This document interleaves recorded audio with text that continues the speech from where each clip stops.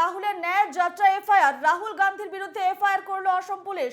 নির্দিষ্ট রুট না মানা এফআইআর, এফআইআর হিমন্ত বিশ্ব শর্মার প্রশাসনের। গতকাল নির্দিষ্ট রুট না মানা এফআইআর দায়ের করা হয়েছে রাহুলের বিরুদ্ধে। রাহুলের ন্যায় যাত্রা এফআইআর, রাহুল গান্ধীর বিরুদ্ধে এফআইআর করলো অসম পুলিশ। নির্দিষ্ট রুট না মানা এফআইআর, এফআইআর হিমন্ত বিশ্ব শর্মার প্রশাসনের। গতকাল নির্দিষ্ট রুট না মানা এফআইআর দায়ের করা হয়েছে রাহুল গান্ধীর বিরুদ্ধে। অসমে রাহুলের ভারত জোড়ো ন্যায় যাত্রা এবং রাহুলের ন্যায় যাত্রা এফআইআর, রাহুল গান্ধীর বিরুদ্ধে এফআইআর করলো অসম পুলিশ।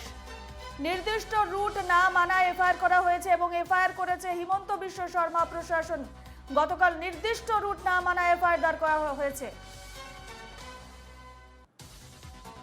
গতকাল পৌঁছয় রাহুল গান্ধীর ভারত জোড়ো ন্যায় যাত্রা জোরহাটে এবং জোরহাটে পথ পাল্টে অন্য পথে সেই যাত্রা করার জন্যই কিন্তু এই ধরনের এফআইআর করা হয়েছে।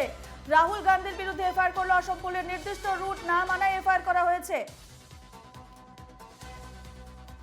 এ নিয়ে আমরা বিস্তারিত কথা বলবো। ফোন লাইনে রয়েছেন আমাদের প্রতিনিধি বাসব রয়। বাসব, যেমনটাই জানা যাচ্ছে, কাল জোরহাটে যে পথ পাল্টে দিয়ে রাহুল গান্ধীর ভারত জোড়ো ন্যায় যাত্রা হয়, তারপর অসম পুলিশের পক্ষ থেকে রাহুল গান্ধীর বিরুদ্ধে এফআইআর দায়ের করা হয়েছে। হ্যাঁ, এটা ঠিকই রূপা। ঘটনা হচ্ছে যে গতকাল অসমের মুখ্যমন্ত্রী একটা কথা বলেছিলেন যে এই যাত্রাকে আমরা শহরে ঢুকতে দেব না, কজ অফ ট্রাফিক জ্যাম, এবং এই যাত্রাকে যারা শহরে স্বাগত জানাবে, এই যাত্রা মানে অসম ছেড়ে শিলিগুড়ি পৌঁছানোর আগেই তাদের অ্যারেস্ট করা হবে। এটা অসমের মুখ্যমন্ত্রী বলেছিলেন। এখন জানা যাচ্ছে যে এই যাত্রার যে নির্ধারিত পথ ছিল, রুট ছিল, সেই রুটটা নাকি এই যাত্রা ভেঙেছে বলে অসম পুলিশ এই যাত্রার এগেনস্টে, এই যাত্রার বিরুদ্ধে, বিশেষ করে রাহুল গান্ধীর বিরুদ্ধে একটা এফআইআর করেছে। তো এইরকমটা জানা যাচ্ছে। এখন তো যাত্রা পৌঁছে গেছে মাজুলিতে। আর কংগ্রেসের যে এই যাত্রাতে রয়েছেন কংগ্রেসের রাজ্যসভা সাংসদ জয়রাম রমেশ। তিনি বলেছেন যে যা হয় দেখা যাবে, এরকম ছোটখাটো তো হবেই, যাত্রা কোনো পথ রুট টুট ভাঙেনি।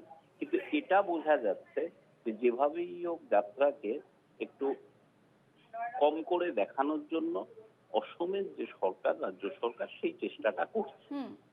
এটা মানে যা, এবং গতকাল রাহুল গান্ধী তার বক্তৃতায়, ছোট্ট বক্তৃতায় জোরহাটে বলেছিলেন যে অসমের মুখ্যমন্ত্রী, মানে ভারতের সমস্ত মুখ্যমন্ত্রীর মধ্যে অসমের মুখ্যমন্ত্রী সবচেয়ে দুর্নীতিগ্রস্ত। তার উত্তরও দিয়েছেন অসমের মুখ্যমন্ত্রী, গোটা গান্ধী পরিবারকেই দুর্নীতিগ্রস্ত বলেছেন।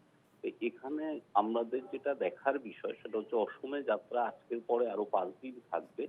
এখন রাহুল গান্ধী ভারত জোড়ো যাত্রা থেকে কি বার্তা দেন অসমের মুখ্যমন্ত্রীর বিরুদ্ধে, এবং সেটা কিভাবে অসমের মুখ্যমন্ত্রী হিমন্ত বিশ্ব শর্মা গ্রহণ করেন বা তার উত্তরে কি বলেন, এটা দেখা যাবে। কিন্তু এটা পরিষ্কার যে রাহুল গান্ধী এবং অসম সরকার সহ মুখ্যমন্ত্রী এই লড়াইটা আগামী কয়েকদিনে আমরা দেখতে পাবো রূপা। একেবারে বাসব, আমরা গতকাল মুখ্যমন্ত্রীর মুখে, অসমের মুখ্যমন্ত্রী ডক্টর হিমন্ত বিশ্ব শর্মার মুখে শুনেছি যে গুয়াহাটিতে যখন এই যাত্রা পৌঁছাবে সেক্ষেত্রেও কিন্তু তিনি নিয়ম বেঁধে দিয়েছেন সে কোন রাস্তা দিয়ে যাবে। যদি সেই রাস্তা, অর্থাৎ প্রধান সড়কে যাতে সেই র্যালি না যায়, সেই মিছিল না যায়, সেই যাত্রা না যায়, তার জন্য কিন্তু একটা হুঁশিয়ারি দিতে আমরা দেখেছি মুখ্যমন্ত্রীর গলায়।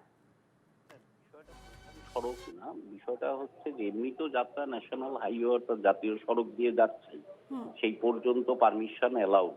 কিন্তু আমাদের অসমের মুখ্যমন্ত্রী যেটা বলেছেন সেটা হচ্ছে যে কোনো শহরে ঢুকবে না যাত্রা, অর্থাৎ উত্তর পূর্ব ভারতের সবচেয়ে বড় শহর গুয়াহাটিতে যেন যাত্রা না ঢোকে।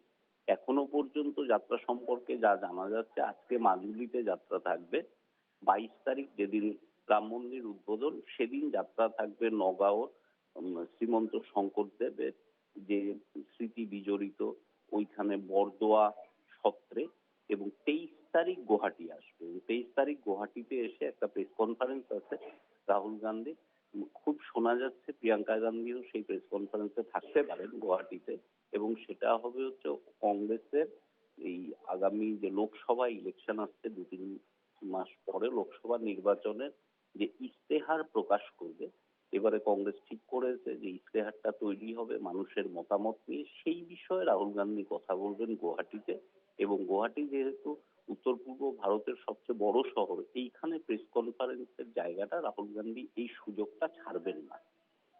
রূপা, যেমনটা আমরা জানাচ্ছিলাম, রাহুলের ন্যায় যাত্রা এফআইআর এবং রাহুল গান্ধীর বিরুদ্ধে এফআইআর করলো এবার অসম পুলিশ। নির্দিষ্ট রুট না মানায় এফআইআর করা হয়েছে।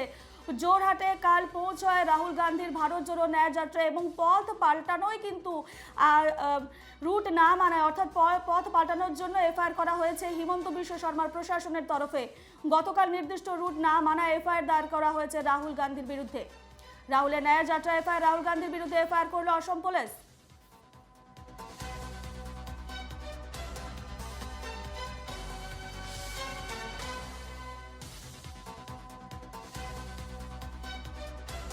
অসমে চলছে রাহুল গান্ধীর ভারত জোড়ো ন্যায় যাত্রা।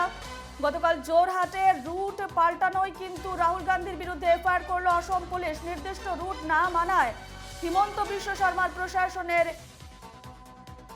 এই পদক্ষেপ। গতকাল নির্দিষ্ট রুট না মানায় এফআইআর দায়ের করা হয়েছে রাহুল গান্ধীর বিরুদ্ধে।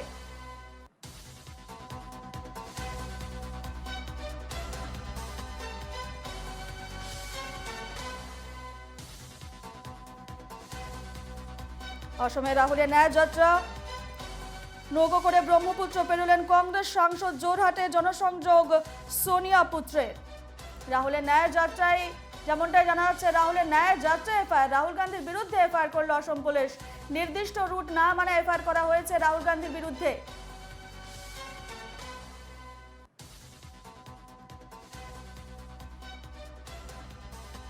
এ বিষয়ে জয়রাম রমেশ কি বলছেন শোনাবো। भारी संख्या में लोग आए हैं, भारत जोड़ो न्याय यात्रा का स्वागत कर रहे हैं। असम के मुख्यमंत्री बौखलाए हुए हैं, बड़े परेशानी में हैं, बड़े दुखी हैं और बिल्कुल बेकार की बयान देते रहते हैं। लेकिन वो तो एफआईआर तक अन्य लोगों पे किया गया है। देखते रहिए क्या होगा। नहीं कह रहा है कि आप लोग रूल तोड़ रहे हैं। कोई नहीं रोक सकता भारत जोड़ो न्याय यात्रा को, कोई नहीं रोक सकता। आप लोग रूल क्यों तोड़ रहे हैं, ऐसा वो कह रहे हैं। रूल नहीं तोड़ा गया है।